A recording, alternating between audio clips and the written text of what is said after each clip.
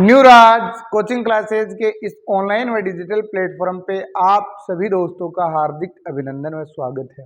आप मुझे निरंतर यूट्यूब पे बना रहना देखना चाहते हो तो मुझे आप लोग अपना प्रेम दोगे, स्नेह दोगे, तभी मैं आप लोगों के लिए क्लास लेके आऊँगा। अन्यथा कुछ दिनों के लिए मैं क्लास से स्थगित कर रहा हूँ, तो इसलिए आप लोग कितना कर पाते हो ये मायने रखता है। देखो, मैं आपको बहुत अच्छे प्रधानमंत्री से रिलेटेड, मंत्री परिषद से रिलेटेड आपको प्रश्न करवाने वाला हूं। आप प्रश्नों की गंभीरता को समझने का प्रयास करना। अपना पहला प्रश्न है, ये हमारे खुद के प्रश्न है, आपको पीडीएफ के रूप में मिल जाएंगे।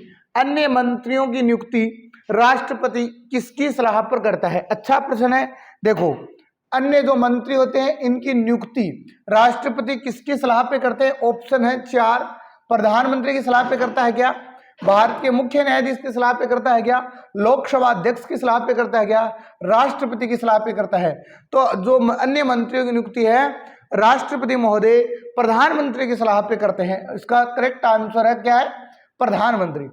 आप मुझे कमेंट करके ये बताओ कि वर्तमान में जो मुख्य न्यायाधीश है DYD चंद्रचूड़, ये कितने क्रम के कितने क्रम के मुख्य न्यायाधीश है? फिर है वर्तमान में जो लोकसभा के अध्यक्ष है ओम बिरला, इनका संसदीय क्षेत्र कौन सा है? ऑप्शन चौथा है वर्तमान में जो राष्ट्रपति हैं द्रौपदी मुर्मू, ये किस जनजाति से संबंधित है? अब आपको मैं जो 4 ऑप्शन होते हैं, चारों ऑप्शनों के किस प्रकार से प्रश्न बनते हैं वो बताने का प्रयास करता हूं। और आप भी अगर मेरे साथ कनेक्टिविटी चाहते हो और ये चाहते हो कि ऐसे प्रश्न आप लोगों के बीच में आए, तो आप इस वीडियो को स्नेह दोगे तभी मैं लेके आऊंगा। आगे क्या है? मंत्री परिषद में कितने प्रकार के मंत्री होते हैं? 4 प्रकार के होते हैं, 5 प्रकार के होते हैं, 3 प्रकार के होते हैं, 6 प्रकार के होते हैं। तो आपको पता होगा जो मंत्री परिषद होता है उसमें मंत्री 3 प्रकार के होते हैं। कैबिनेट मंत्री होते हैं, राज्य मंत्री होते हैं, स्वतंत्र प्रभार के मंत्री होते हैं, और एक दो संसदीय सचिव का जो पद है वो मंत्री नहीं होते, वो उनको मंत्रियों के जितना पावर होता है, लेकिन मंत्रियों के कितने प्रकार होते हैं? 3 प्रकार होते हैं। आगे देखो, आगे प्रश्न क्या है? आगे प्रश्न है कि राष्ट्रपति सुरक्षा समिति के प्रधान अध्यक्ष कौन होते हैं? तो राष्ट्रीय जो सुरक्षा समिति है उसके प्रधान जो अध्यक्ष होते हैं वो प्रधानमंत्री होते हैं। कौन होते हैं? प्रधानमंत्री होते हैं। अब आप मुझे ऑप्शन में ये बताओ कि राज्यपाल का जो पद है वो ऐसा किस संविधान संशोधन के माध्यम से कहा गया कि एक राज्यपाल एक से अधिक राज्यों का राज्यपाल बन सकता है? ये कौन सा संविधान संशोधन है? 7वां संविधान संशोधन कब हुआ था? 7वां संविधान संशोधन कब हुआ था? 1956 में हुआ था। उसमें कहा गया कि एक राज्यपाल एक से अधिक राज्यों का राज्यपाल बन सकता है। भारत का मुख्य न्यायाधीश राष्ट्रपति, ये आपने देख ही लिया होगा। अब आगे देखो भाई, आपको आगे आपके है कि प्रधानमंत्री किसका मुख्य सलाहकार होता है? ऑप्शन देखो, राष्ट्रपति का होता है क्या? राष्ट्रपति का होता है, भारत के मुख्य न्यायाधीश का होता है, राज्यपाल का होता है, या लोकसभा के अध्यक्ष का होता है? तो प्रधानमंत्री होता है वो मुख्य सलाहकार राष्ट्रपति महोदय का होता है। आगे वाला प्रश्न है। अरे प्रश्न कैसे लग रहे हैं कमेंट करके बताया करो, ताकि आप लोगों में उत्साह बना रहे और मेरे में भी एक नई ऊर्जा का संचार होता रहे। प्रश्न आगे देखो, भारतीय संविधान सभा के अनुसार कौन केंद्र सरकार के मंत्री परिषद का प्रमुख होता है? जो केंद्रीय मंत्री परिषद है उसका प्रमुख कौन होता है? राष्ट्रपति होता है क्या? आप बताना कमेंट करके। प्रधानमंत्री होता है क्या?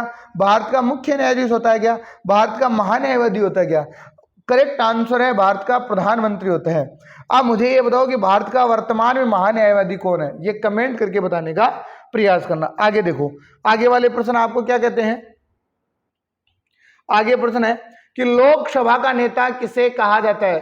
6 नंबर का प्रश्न है, लोकसभा का नेता किसे कहा जाता है? ऑप्शन देखना, लोकसभा के अध्यक्ष को, प्रधानमंत्री को, लोकसभा के उपाध्यक्ष को और राष्ट्रपति को। लोकसभा का जो नेता होता है वो प्रधानमंत्री होता है, क्योंकि प्रधानमंत्री ही बहुमत दल का नेता होता है। आगे आपको ये लोकसभा के वर्तमान उपाध्यक्ष कौन है कमेंट करके बताने का प्रयास करना। 7वां नंबर का प्रश्न है, वर्तमान में नीति आयोग के अध्यक्ष कौन है? ये भी अच्छा प्रश्न है। वैसे तो मान लो जो स्टूडेंट तैयारी करता है उसके लिए तो बहुत नॉर्मल सा प्रश्न है। वर्तमान में नीति आयोग का अध्यक्ष कौन है? इसमें आपको ऑप्शन है मनमोहन सिंह है क्या? ऑप्शन आपको, दूसरा ऑप्शन आपको मैं दिखाता हूं वेंकैया नायडू है क्या, नरेंद्र मोदी है क्या, रामनाथ कोविंद है क्या, अच्छे से बता दोगे। जो प्रधानमंत्री होता है वही नीति आयोग का अध्यक्ष होता है। नीति आयोग की स्थापना कब हुई, कमेंट करके बताओ। पढ़ते हो अगर आप, मैं कह रहा हूं दिल से जो स्टूडेंट पढ़ता है वो मुझे ये प्रश्न बता देगा। नीति आयोग का मुख्यालय कहाँ है, कोलकाता में है क्या, ऑप्शन देख लो। नीति आयोग का मुख्यालय कहाँ स्थित है, कोलकाता में है, नई दिल्ली में है, बेंगलोर में है, बम्बई में है।